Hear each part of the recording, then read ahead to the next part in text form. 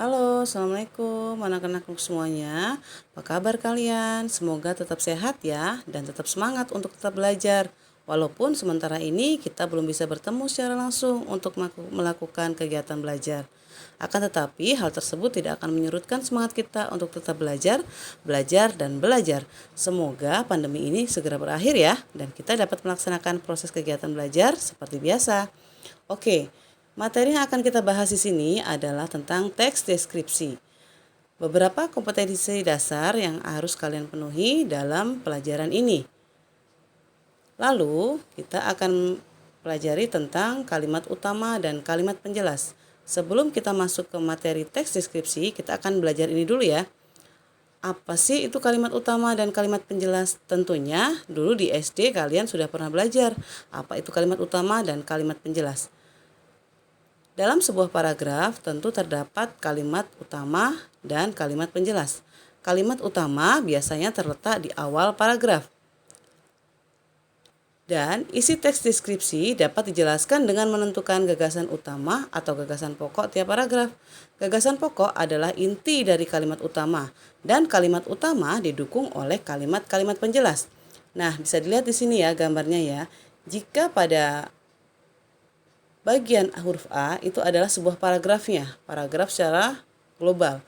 Lalu bagian B itu terdapat kalimat utama. Nah, gagasan pokok atau gagasan utama itu terletak di bagian yang paling kecil, yaitu bagian yang C.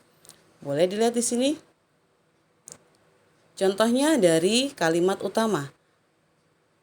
Candi Prambanan adalah bangunan yang luar biasa cantik yang dibangun pada abad ke-10 tepatnya. Candi ini didirikan pada masa pemerintahan dua raja, yaitu Rakai Pikatan dan Rakai Balitung.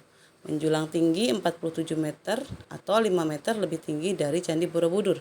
Berdirinya candi ini telah memenuhi keinginan pembuatnya, yaitu menunjukkan kejayaan Hindu di tanah Jawa. Candi ini terletak 17 km dari pusat kota Yogyakarta. Nah, bisa dipahami di sini bahwa kalimat utama itu terletak pada awal paragraf. Lalu gagasan utama itu terletak pada kalimat utama. Kemudian kita akan masuk ke bagian atau pengertian dari deskripsi. Deskripsi apa sih? Deskripsi adalah pemaparan atau penggambaran dengan kata-kata secara jelas dan terperinci atau uraian. Kalimat deskripsi sendiri merupakan kalimat yang menggambarkan keadaan, bentuk, atau suasana tertentu. Nah, penggambaran informasi yang sangat jelas diperlukan oleh teks deskripsi, sehingga pembaca seolah-olah dapat merasakan langsung apa yang sedang dijelaskan dalam teks tersebut. Pernah nggak sih kira-kira kamu itu ditanyain misalnya kamu habis dari mana? Kemudian kamu menceritakan apa yang kamu lihat, apa yang kamu rasakan. Apakah orang tersebut yang kamu ceritakan itu bisa merasakan? Nah, itulah fungsinya teks deskripsi. Lalu, sifat dari teks deskripsi adalah menjelaskan ciri-ciri fisik objek, lalu menjelaskan ciri-ciri psikis objek. Nah, ciri-ciri umum dari teks deskripsi itu adalah yang pertama, menggambarkan atau melukiskan sesuatu. Kemudian melibatkan kesan indera, gambaran objek dengan jelas. Kemudian membuat pembaca atau pendengar merasakan sendiri. Lalu menggunakan bahasa baku, kemudian menjelaskan ciri-ciri objek secara ringkas. Lalu, di sini ada ciri kebahasaan teks deskripsi. Yang pertama menggunakan kata sifat. Kata sifat apa sih? Kata sifat adalah kata yang menjelaskan kata benda secara khusus. Contoh, indah, elok, cantik, tua, muda, nyaman, lama, baru, asli, rajin, dan pandai. Boleh dilihat di situ contoh penggunaan kata sifat. Candi Prambanan adalah bangunan luar biasa cantik dan dibangun pada abad ke-10. Lalu, menggunakan konjungsi. Apa sih konjungsi itu? Konjungsi adalah kata yang digunakan untuk menghubungkan kata dengan kata atau kalimat dengan kalimat. Contoh dari konjungsi antara lain, konjungsi yang menyatakan hubungan penambahan itu ada dan, serta, lagi, dan lagi pula. Konjungsi yang menyatakan hubungan pilihan yaitu atau. konjungsi yang menyatakan hubungan pertentangan yaitu namun, tetapi, meskipun, sedangkan, dan walaupun. Lalu konjungsi yang menyatakan hubungan sebab akibat. Ada sebab, karena, oleh sebab itu, oleh karena itu, dan sehingga. Lalu konjungsi yang menyatakan hubungan syarat. Ada jika, andai, andaikan, dan andai kata. Lalu ada konjungsi hubungan tujuan. Apa sih hubungan tujuan itu? Contohnya ada agar dan supaya. Contoh penggunaan konjungsi dalam kalimat.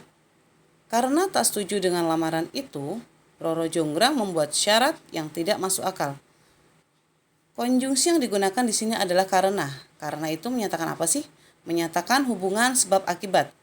Lalu, contoh yang kedua, sementara itu, halaman kedua memiliki 224 candi.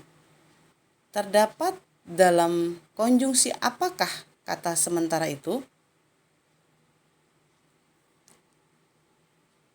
Lalu yang ketiga, relief-relief burung di Candi Prambanan begitu realistis sehingga para biolog dapat mengidentifikasinya hingga tingkat genus.